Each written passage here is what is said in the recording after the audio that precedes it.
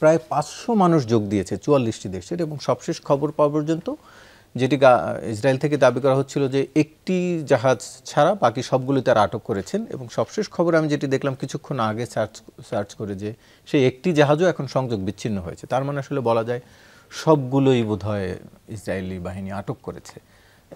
আসলে এই যাত্রাটাও কি ব্যর্থ হলো কিনা ফ্লোটিলার? ফ্লোটিলার যাত্রা ব্যর্থ কখনোই হয় না।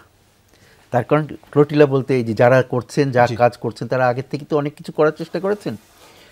তারা এই জিনিসটাকে মানুষের চেতনায় ধরে রাখার যে ইয়েটা করছেন, সেটা কিন্তু সফল। হ্যাঁ, পৃথিবীব্যাপী যারা সত্যি সত্যি যাদের আছে প্রভাবশালী দেশ, তারা কিন্তু এখানে অত্যন্ত লজ্জাকর একটা ভূমিকা পালন করেছে মার্কিন যুক্তরাষ্ট্রের নেতৃত্বে। কারণ তারা, মার্কিন যুক্তরাষ্ট্র হলো ইসরায়েলকে কিভাবে সব রকমের রক্ষা করা যায় এবং তাদেরকে এগিয়ে নেওয়া যায় সেই চেষ্টা করে আসছে সবসময়। মানবতা বিরোধী সমস্ত কাজে তাদেরকে সহায়তা করেছে। এখানে তো গণহত্যা চলছে, আজকে থেকে নয়, 60-70 বছর ধরে গণহত্যা চলছে এবং ক্রমাগত এটার তীব্রতা বৃদ্ধি পেয়েছে। এবং সেটা পুরোপুরি মার্কিন যুক্তরাষ্ট্র এবং অন্যান্য পশ্চিমা দেশগুলো সেটাকে সবসময় উস্কানি দিয়ে তাদেরকে সবসময় সমর্থন করেছে এবং মানবতার বিরুদ্ধে দাঁড়িয়েছে।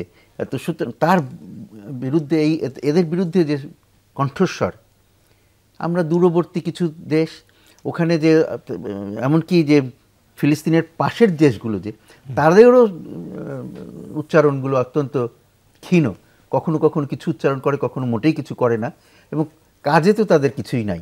তো সেইখানে এই যে পশ্চিমা দেশ থেকে আসা গ্রেটা থুনবার্গ এবং তাকে দেখে উদ্যোগী হয়ে, উৎসাহিত হয়ে আরও অনেকে যোগ দিয়েছে, এটা কিন্তু একটা বিরাট একটা উচ্চারণ।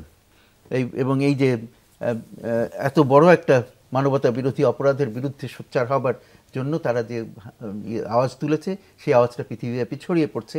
এই ফ্লোটিলাকে তারা ধরে রাখলেই, বন্দি করলেই যে এটা শেষ হয়ে গেল বা এটা ব্যর্থ হয়ে গেল, এটা মনে করার কোনো কারণ নাই। এটাই সার্থকতা। এগুলোর কারণেই হয়তো, এই সব চাপের কারণে, এই পার্টিকুলার এই জিনিসের নয়, কিন্তু বিভিন্ন দেশে, পশ্চিমা দেশগুলোতে, মার্কিন যুক্তরাষ্ট্র সহ, যে অভ্যন্তরীণ যে বিক্ষোভগুলো দানা বেঁধে উঠেছে দিনে দিনে, গত বেশ কয়েক বছর ধরে এটা বৃদ্ধি পেয়েছে, তার চাপে পড়েই কিন্তু এই যে পশ্চিমা দেশগুলো স্বীকৃতি দিতে বাধ্য হচ্ছে। যদিও সেই স্বীকৃতির কতটুকু অর্থ আছে, সেই স্বীকৃতিতে এই লোকগুলোর সত্যি সত্যি কোনো ভাগ্যের পরিবর্তন হবে কিনা, তাদের ভূখণ্ড, তাদের যে সীমারেখা, সেই সীমারেখা কি সুরক্ষিত হবে কিনা, সেটা আমরা জানি না। কিন্তু অন্তত এইটুকু তো হয়েছে। তো সেইটার পিছনে এদের অনেক অবদান আছে, এই ধরনের যারা আওয়াজ তোলেন। তো সুতরাং আমি মনে করবো যে এটা অত্যন্ত প্রশংসনীয় একটি কাজ করেছেন তারা। অনেক ঝুঁকি নিয়ে, নিজেদের প্রাণের ঝুঁকি পর্যন্ত নিয়ে তারা এই কাজটি করেছেন। কিন্তু এটা হচ্ছে যে মানবতার পক্ষে, আর্তমানবতার পক্ষে একটা বড় উচ্চারণ, এবং এই উচ্চারণের সাথে আমরাও আমাদের কণ্ঠ মিলাতে চাই।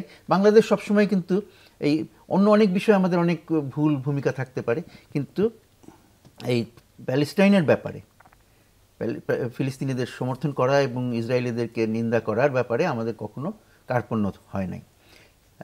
সেই জন্য আমি মনে করি যে আমরা এটার সাথে আছি। এটা আমাদেরই একটা, আমরা যা বলতে চাই সেই ভাষাটা, সেই কথাটাই তারা উচ্চারণ করছে তাদের ভাষায়।